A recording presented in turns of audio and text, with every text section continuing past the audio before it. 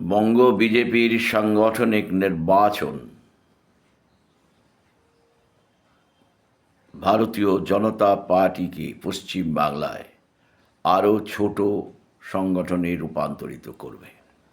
আমরা প্রত্যেকে জানি যে যেভাবে আমাদের মেম্বারশিপ হয়েছে, সেই মেম্বারশিপ বুথে 50 জনের তালিকা বানিয়ে তাদের মতামত নিয়ে বুথ কমিটি গঠন করা হবে এবং সেই বুথের সভাপতি হলেন তাদের মতামত নিয়ে মণ্ডল সভাপতি নিয়োগ হবে।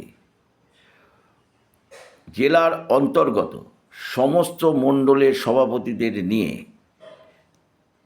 জেলার সভাপতি নিয়োগ করা হবে বা চয়ন করা হবে, এইটাই ছিল প্রক্রিয়া।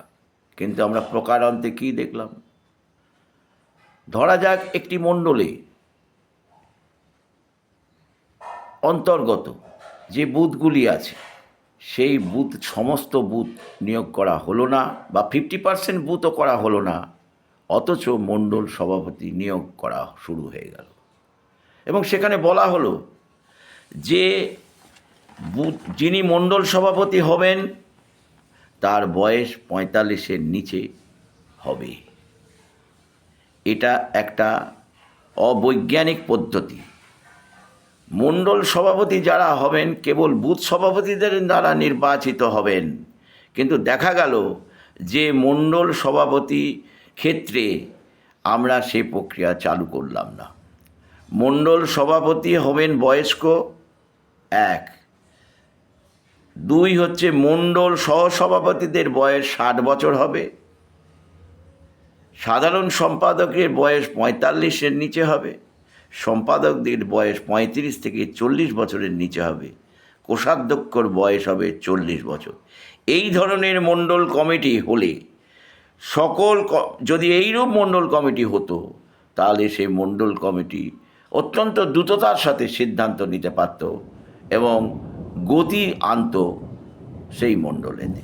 অনুরূপভাবে জেলার সভাপতি যিনি হবেন তিনি হবেন অভিজ্ঞ, দক্ষ এবং বয়স্ক।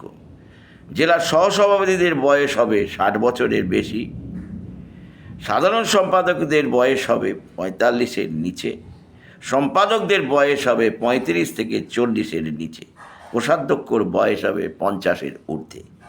তবেই জেলা, মণ্ডল এবং বুথে লড়াই হবে। আমরা বুথের লড়াইয়ের ক্ষেত্রে যেখানে আসল লড়াই হবে সেখানে কিন্তু আমরা যুবকদের সেই বুথ সভাপতি করার কথা বললাম না, সেখানে বয়সের কোনো বার রাখলাম না। তাই বয়সের গেরো ভারতীয় জনতা পার্টিকে সর্বনাশের পথে নিয়ে যাবে বলে আমি মনে করি। এক্ষেত্রে আমি বলতে চাই যে যেখানে দেখা গেল মণ্ডল সভাপতিদের তালিকা করা গেল না, কিন্তু তার আগেই জেলার সভাপতি চয়নের প্রক্রিয়া শুরু হয়ে গেল। এহেন আত্মহননকারী সিদ্ধান্ত যারা নিলেন তারা আর যাই হোক দলের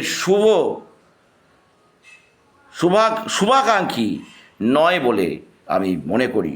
সকলে ঐক্যবদ্ধ হয়ে এর মোকাবিলা করতে হবে এবং পশ্চিমবঙ্গে ভারতীয় জনতা পার্টিকে রক্ষা করতে হবে, এই আবেদন আমি রাখছি।